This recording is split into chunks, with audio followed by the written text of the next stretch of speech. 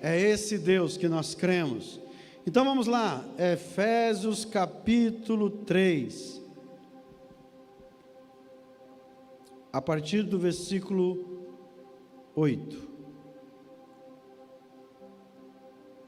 a partir do versículo 6, a saber que os gentios são co-herdeiros, membros do mesmo corpo, e coparticipantes da promessa em Cristo Jesus, por meio do Evangelho. Eu e você somos coparticipantes das promessas de Cristo através do Evangelho, do qual fui constituído ministro conforme o dom da graça de Deus, a mim concedida segundo a força operante do seu poder.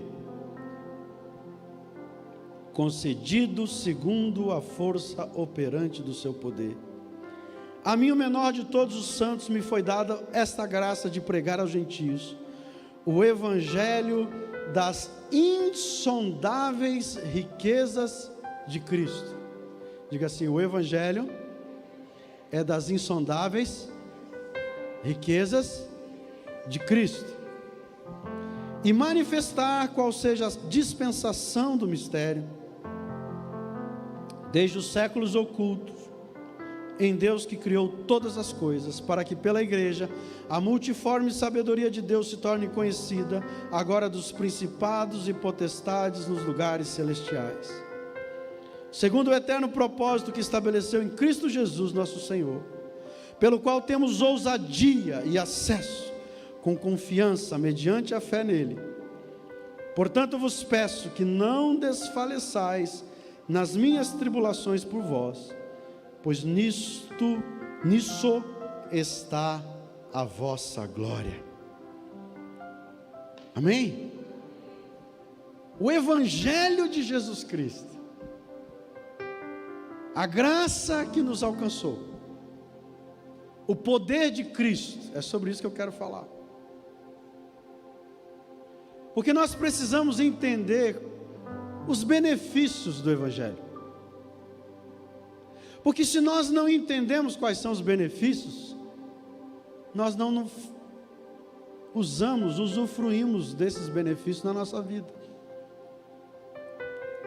É como a história do homem que compra uma passagem num avião e leva o seu lanchinho.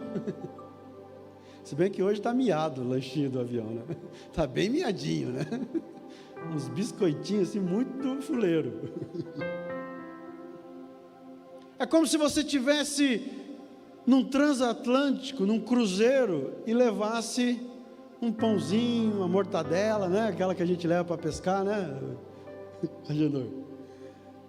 Uma banana. Só que o cruzeiro de 15 dias, 20 dias, 30 dias. Você tem direitos, mas você não usufrui desses direitos. Você não lança a mão desses direitos. E como igreja, nós precisamos entender quais são os benefícios que estão depositados no Evangelho para a minha vida e para a sua vida. E o primeiro benefício que eu gostaria de destacar desse texto, que é rico, que é riquíssimo, a gente pode trabalhar em muitas coisas, é justamente isso, que o Evangelho, ele é rico. O Evangelho, ele é rico, ele é próspero. E quando a gente ouve a palavra rico e a palavra próspero, a gente pensa em quê? Fala a verdade. Em din-din, dinheiro, carvão, mufo. Como é que é? Como é que o Didi falava? Mufufa.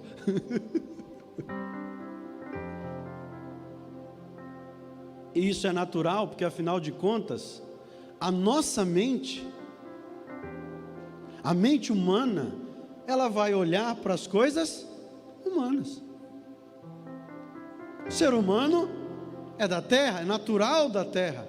E é natural daquele que é natural pensar nas coisas naturais daquilo que é natural. Deu tilt aí. Se eu sou natural da terra, é natural que eu pense nas coisas da terra. é natural que eu olhe a vida do ponto de vista da terra. Então, quando eu ouço, escuto as insondáveis riquezas de Cristo, se a minha visão é natural, é da terra, eu vou pensar em quê? Em din-din, em carvão.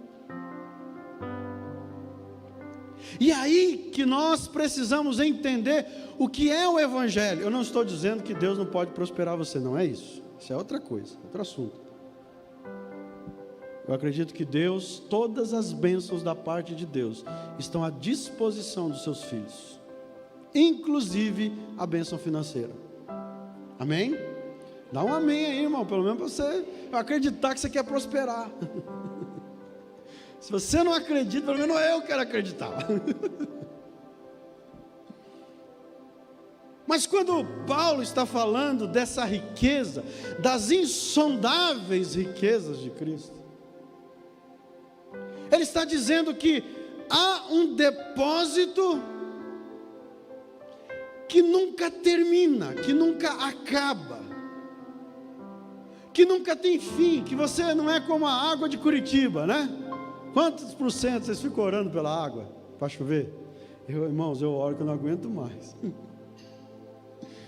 Isso dá um desespero tão grande. Não faça isso, eu não estou fazendo isso. Mas quando tem água, no dia da água, dá vontade de tomar banho o dia inteiro. Mas não faça isso, um banhozinho por dia só e rápido. Mas o que o texto está dizendo é que há um ambiente, um lugar onde não termina, onde você vai buscar a água da vida, e quando você acha que você já encontrou toda a água que você precisava, tem mais. E quando você acha que você já descobriu coisas tremendas em Deus, coisas tremendas em Cristo, você descobre que tem mais, porque daquele lugar a água nunca termina de jorrar.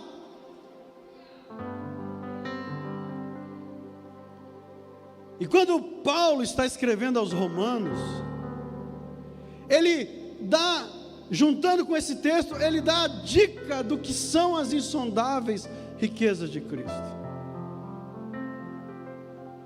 É que quanto mais eu conheço a Cristo, diga assim, quanto mais eu conheço a Cristo, mais a minha mente muda. Por isso que Paulo diz: rogo-vos, pois, irmãos, que apresenteis os vossos corpos como sacrifício vivo, santo e agradável a Deus, que é o vosso culto racional, e transformai-vos pela renovação da vossa mente. O que é natural vai pensar naquilo que é natural. Se eu sou da terra, é natural que eu pense nas coisas da terra, mas a Bíblia diz que eu e você nascemos de novo, e não nascemos do homem, e não nascemos da terra, nascemos da água, e nascemos do Espírito. Então, quanto mais eu mergulho, quanto mais eu tomo da água da vida, mais a minha mente será transformada, mais eu conhecerei o meu Senhor, mais eu conhecerei o meu Jesus, mais eu entenderei o céu, mais eu entenderei a mente de Cristo, mais eu serei transformado. Por isso que a Bíblia nos convida a entrar mais fundo. Nós cantamos isso hoje, não cantamos? Quero ir mais fundo, quero ir mais perto. Imagine se eu dissesse para vocês assim o seguinte: irmãos,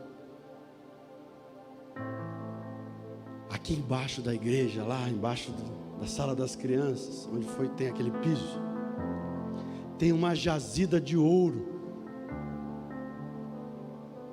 Já pensou? Domingo que vem, amanhã você vai chegar com a picareta aqui na igreja. E se eu dissesse para você: olha, deixa eu dizer uma coisa, só que esse ouro, ele está a uns 3 metros de profundidade. Sabe o que nós faríamos? Não tem problema não. A gente cavuca até achar. Mas ela é grande, ela tem, sei lá, uns 50 quilos de ouro. Quanto está o quilo do ouro, alguém sabe aí? A grama, né? Acho que é 40 e tantos reais a grama. 50 quilos. E está autorizado amanhã você vir cedo aqui para cavar, para achar o ouro. Só deixa o dízimo na igreja.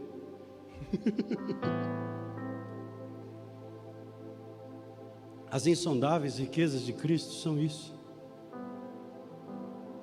Eu preciso profundidade em Deus. Eu preciso buscar mais a Deus. Eu preciso aprender a me aprofundar em Deus. Existem coisas no reino de Deus, de Deus que elas estão na superfície e elas são maravilhosas. Não é verdade? Existem coisas que a gente olha, é como numa praia, a gente olha, vê assim, diz, uau, isso aqui já é tremendo, é maravilhoso. Mas eu garanto para você que o dia que você mergulhar e ver o que tem lá dentro do mar, você vai querer saber o que tem lá dentro. Você vai querer ir mais vezes. Porque há um universo, há um mundo todo à nossa disposição. Eu e você precisamos entender e buscar as riquezas de Cristo, e as riquezas só se encontram nele. Só se encontra quando nós nos relacionamos com ele. Essa é o maior presente que o Evangelho nos trouxe. Nada na face da terra pode se comparar a Jesus em nós. Não há nenhuma bênção, não há nenhum tesouro, não há nenhuma riqueza nessa terra que se compare a Cristo em nós, dentro de nós. E a possibilidade de conhecê-lo a cada dia mais. Mas outra coisa que nós vemos nesse texto, a primeira coisa é que o Evangelho é rico. A segunda coisa que eu vejo nesse texto é que o Evangelho revela os céus. O texto diz: e manifestar qual seja a dispensação do mistério desde os séculos ocultos em Deus, que criou todas as coisas para que a igreja, a multiforme sabedoria de Deus, se torne conhecida agora dos principados e potestades nas regiões ou nos lugares celestiais.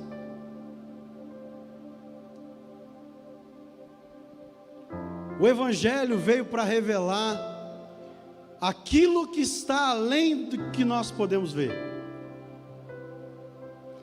Não sei se vocês lembram, no primeiro dia que eu preguei sobre Efésios, eu falei que todos os capítulos Paulo usa a expressão lugares celestiais. Todos os capítulos. Porque uma das coisas que Paulo quer nos ensinar aqui é que o céu existe. Uma das coisas que Paulo quer nos mostrar aqui é que as regiões celestiais são mais concretas do que nós podemos imaginar.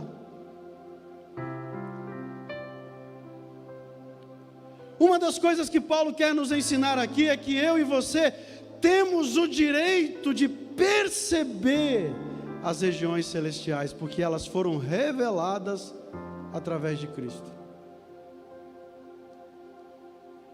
Quando Cristo estava na terra, a Bíblia diz que os demônios vinham até os seus pés e diziam: filho de Davi, por favor, não mexa conosco. Ninguém sabia o que era isso. Ninguém sabia lidar com isso. Ninguém sabia com convicção e com certeza o que acontecia no mundo celestial. Para que servem os anjos? Existem demônios. Irmãos, deixa eu avisar para você, se você não sabia disso, ou não acredita nisso, deixa eu avisar para você, os demônios existem. Os demônios não são mito. Os demônios não são uma fábula para assustar os crentes para não sair da igreja. Sai daqui não, senão o demônio te pega ali na rua.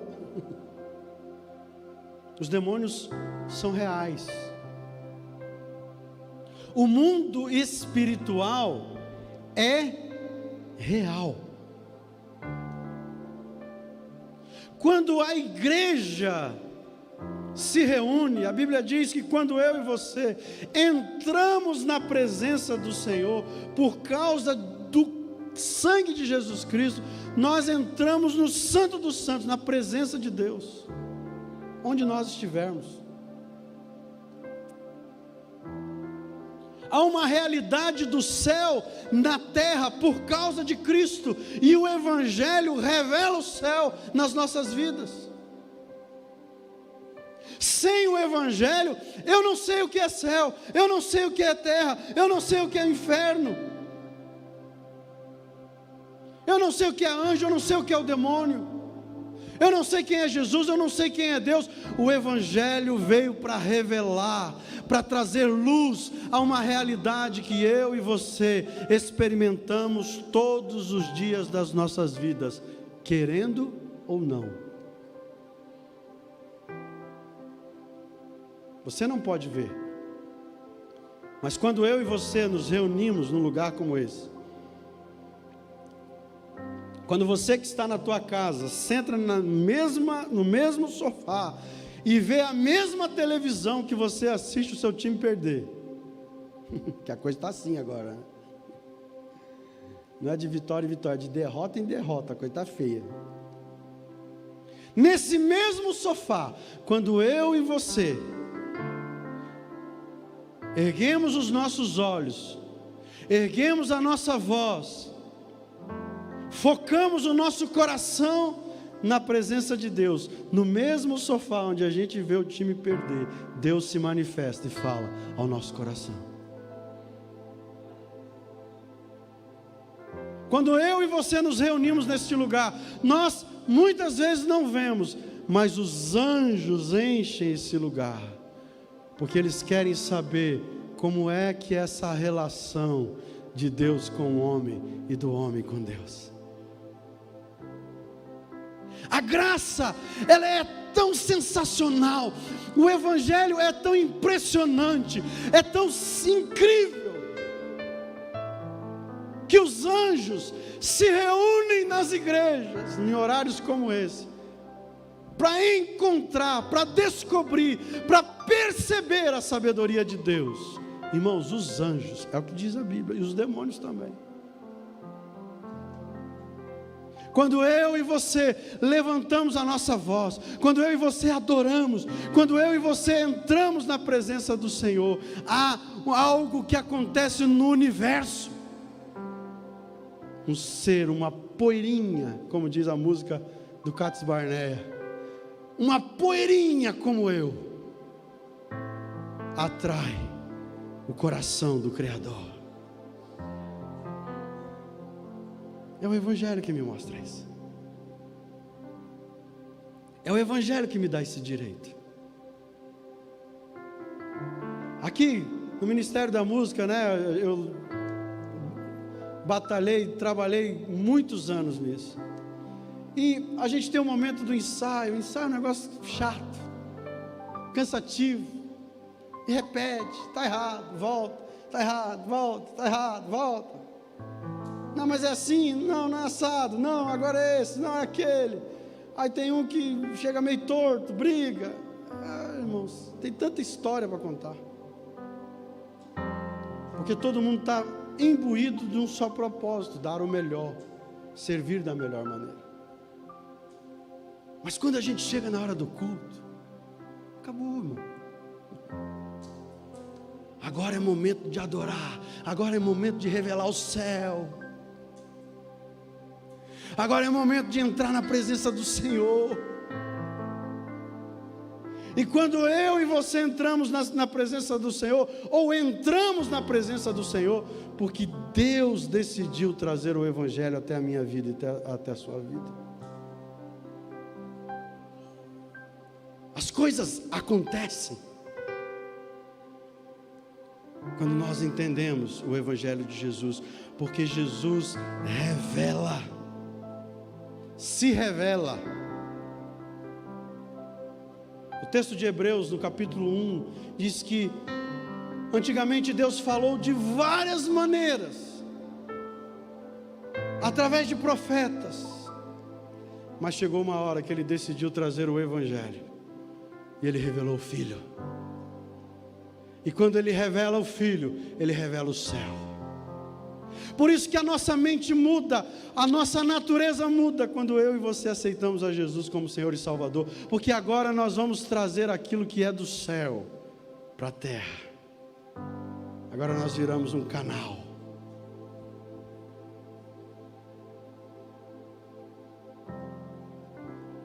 A terceira coisa que o Evangelho, o benefício que o Evangelho traz para as nossas vidas, está ali no versículo 11, que diz: segundo o eterno propósito que se estabeleceu em Cristo Jesus nosso Senhor, pelo qual temos ousadia e acesso com confiança mediante a fé nele. A terceira coisa que eu vejo nesse texto é que o Evangelho revela o verdadeiro propósito da minha vida e da sua vida. Sem o Evangelho nós somos igual barata em galinheiro. Salve-se quem puder. O Evangelho revela a natureza da essência do porquê Deus nos criou.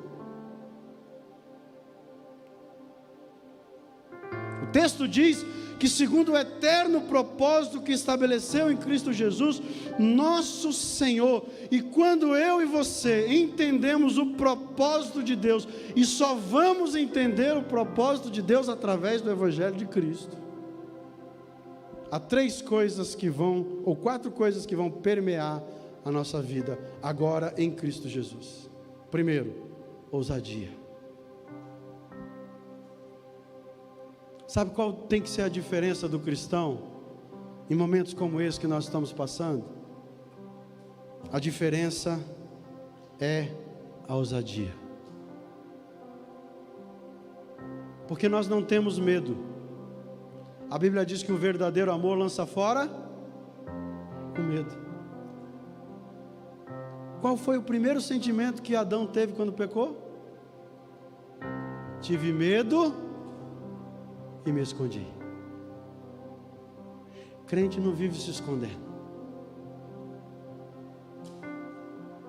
porque ele tem ousadia, e ele vence a ousadia por causa do amor. Ele reconhece o poder do seu Senhor. Eu estava falando hoje de manhã, eu vou ter que terminar aqui, tinha mais coisa, mas deixa para outro dia. Eu estava falando hoje de manhã com os irmãos aqui, eu estava dizendo o seguinte: sabe por que para os discípulos era fácil morrer? Fácil morrer? Não é fácil para ninguém morrer. Por causa de Cristo. A história conta que a maioria deles morreu de morte matada e não de morte morrida. Provavelmente o único discípulo que morreu de forma natural foi João. Mas sabe por quê que eles estavam dispostos a morrer por Cristo? Porque eles viram Cristo morrer por eles. Havia uma referência. Se Ele morreu por mim, por que eu não posso morrer por Ele? Para nós é difícil entender um negócio desse. Fala a verdade. Se eu dissesse: quem aqui quer morrer por Jesus? Você talvez até levante a mão para não ficar feio. Mas ninguém quer morrer por Jesus. Eu não quero morrer por Jesus. Eu quero viver para Jesus. Não é assim? Porque os referenciais que nós temos são referenciais de se safar da morte e não de enfrentar a morte.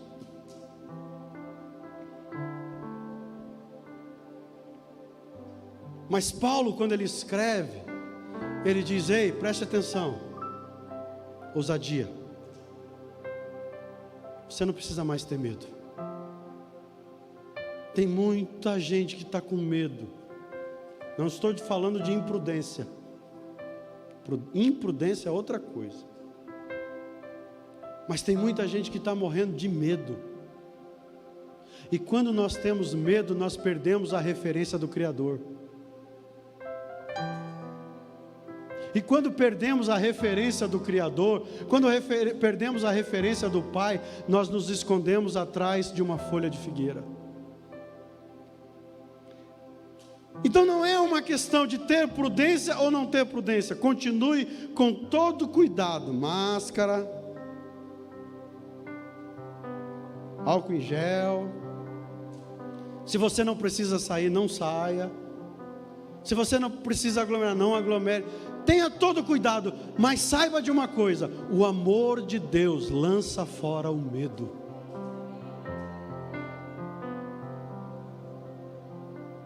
O amor de Deus traz ao meu coração um espírito de ousadia. Eu tenho medo de ficar sem dinheiro. Eu tenho medo de ficar doente. Eu tenho medo de perder amigos. Eu tenho medo disso. Eu tenho medo daquilo. Pois o Evangelho de Jesus, o amor de Deus, o Evangelho de Cristo revela ousadia ao nosso coração quando nos aproximamos do Senhor.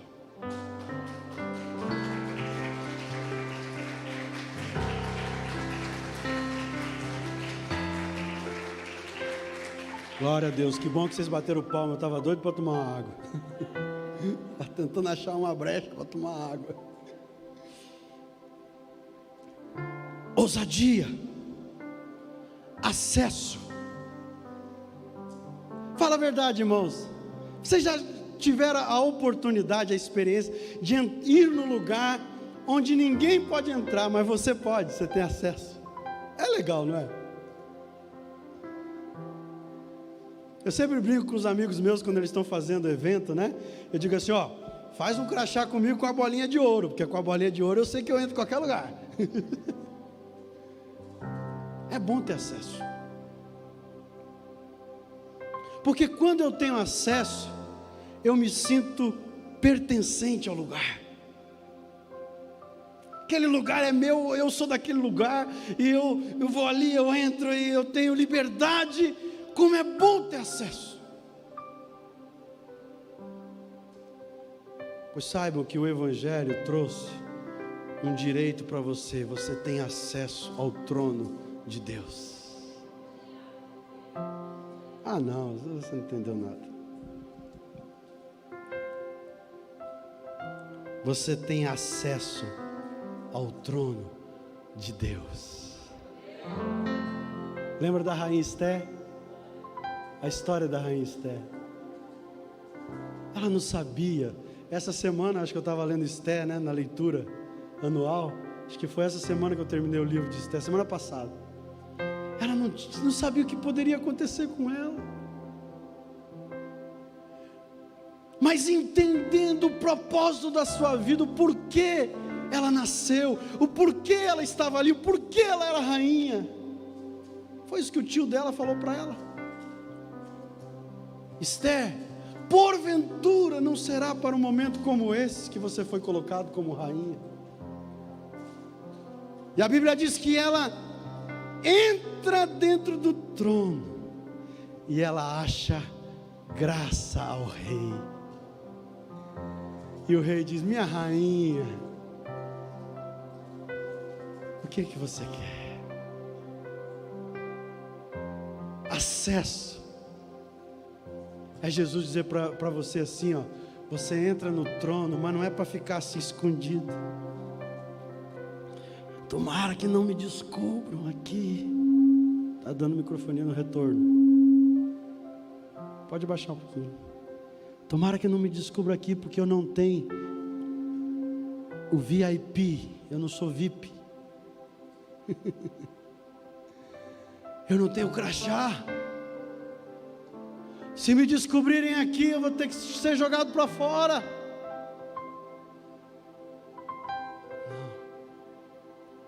Não. Quando você tem o acesso, você entra na presença de Deus, na sala de Deus, você toca no trono, você toca no cetro, você toca no seu rei, você abraça o seu Senhor, você tem direito, porque você entra com confiança. Você não vai entrar com medo de que você seja escorraçado, porque aquele é o seu lugar. Quando a mulher cananeia diz assim: Senhor, me atende, Senhor. Jesus disse: olha, filha, presta atenção, a comida, ela é para os filhos. Mas ela disse: Senhor, mas até os cachorrinhos comem das migalhas que caem da mesa. Mas não é isso que Deus tem para nós. Ele tem uma mesa preparada na presença dos nossos inimigos. Uma mesa preparada, onde nós podemos nos assentar e comer e participar daquilo que o Rei, que o Senhor tem para a minha vida e para a sua vida.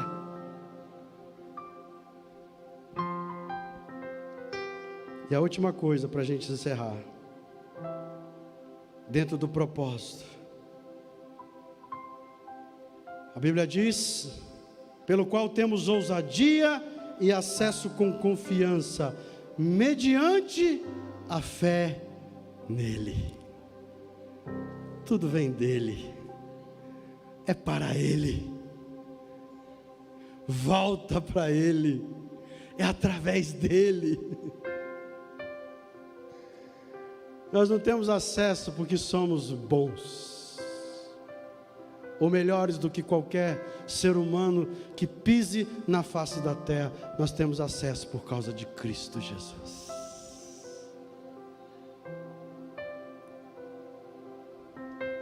É isso que o Evangelho faz. O Evangelho nos tira do gueto. O Evangelho nos tira do anonimato e nos leva para a mesa do Rei, para reinarmos com Ele eternamente.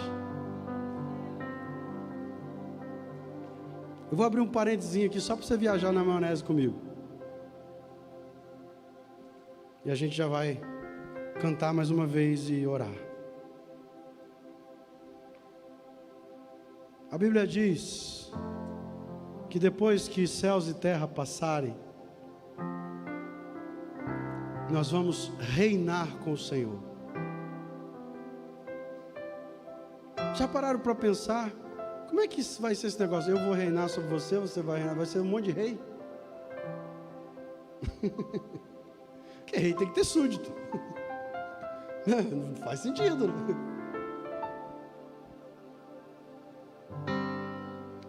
Jesus está querendo nos preparar a nossa mente para uma nova mentalidade, para um reino eterno. Nós não sabemos como vai ser. Temos algumas dicas, mas saiba de uma coisa: Jesus não está te preparando para ser escravo. Jesus está te preparando para sentar na mesa do Rei. Sabe quem faz isso? O Evangelho. A terra vai continuar tentando te espizinhar. A terra vai continuar a tentar colocar na sua cabeça que você não vale nada, que você não é ninguém. E se você olhar para a terra, você vai cair em depressão, vai ficar triste, vai ter medo, vai fugir, vai... Mas a hora que você colocar os seus olhos no Senhor, você vai entender quem você é. porque o Evangelho revela quem eu sou.